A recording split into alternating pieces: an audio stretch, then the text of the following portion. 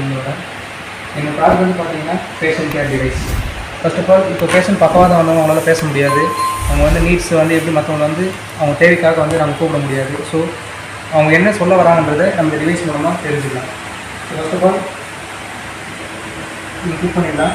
இப்போ அவங்க வந்து ஃபஸ்ட்டு நீங்கள் பார்த்தீங்கன்னா ப்ரெஸ் திஸ் கீஸ். இந்த கீபேடில் வந்து கீஸ் இருக்கும். அந்த கீஸ் வந்து நம்ம எந்த கீஸ்க்கு வந்து ஒரு கீக்கும் ஒரு கமெண்ட் கொடுத்துருக்கோம்.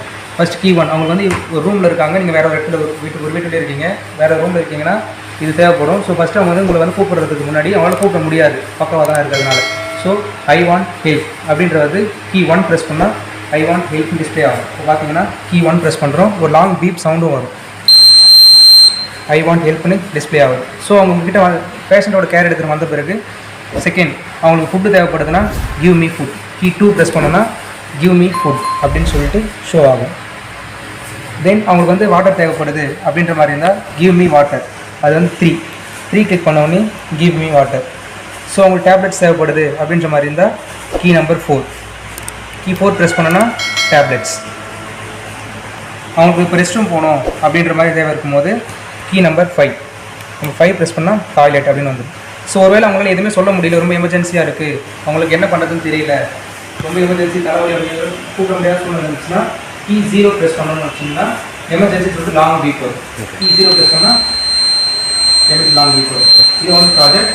இன்னொரு ப்ராஜெக்ட் இருக்குது. அது வந்து இப்போ நம்ம வந்து இந்த டைமில் ஃப்ளட்டில் ரொம்ப பாதிக்கப்பட்டிருக்கோம். ஸோ எல்லாராலையும் வாங்க முடிகிற அளவுக்கு ஒரு சின்ன ஈஸி மெத்தடில் ஒரு சின்ன flood alert system, early warning system சொல்லிட்டு ஒரு ப்ராஜெக்ட்.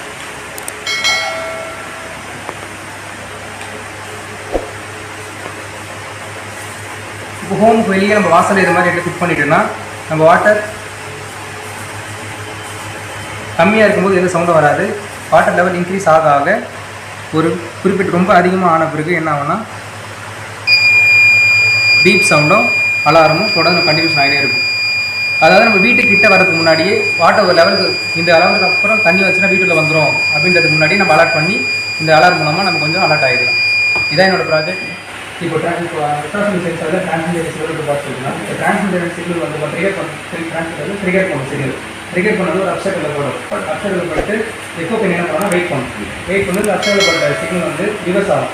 ரிவர்ஸ் எக்கோ பின் எப்போ எக்கோ பின்னில் ரிவர்ஸ் அந்த சிக்னல் போடுதோ அப்போ தான் டிஸ்டன்ஸ் வந்து கையில் போடுறது. இது வந்து 3 மீட்டர்ஸ் ஒர்க் ஆகும். அதாவது இப்போ இது வந்து ஒரு டிஸ்டன்ஸ் இருக்குன்னா எவ்வளோ வாட்டர் லெவல் இன்க்ரீஸ் ஆக அது டிஸ்டன்ஸ் லெவல் வந்து ரெடியூஸ் ஆகுது. ரெடியூஸ் ஆகும்போது அல்ட்ராசவுண்ட் லெவல் ஆன் ஆகும். இது கமெண்ட் ஆன் ஆகிட்டு வாட்டர் இன்க்ரீஸ் ஆகுது, பஸ் வந்து எங்கேயும் ஃப்ளோ ஆகும்.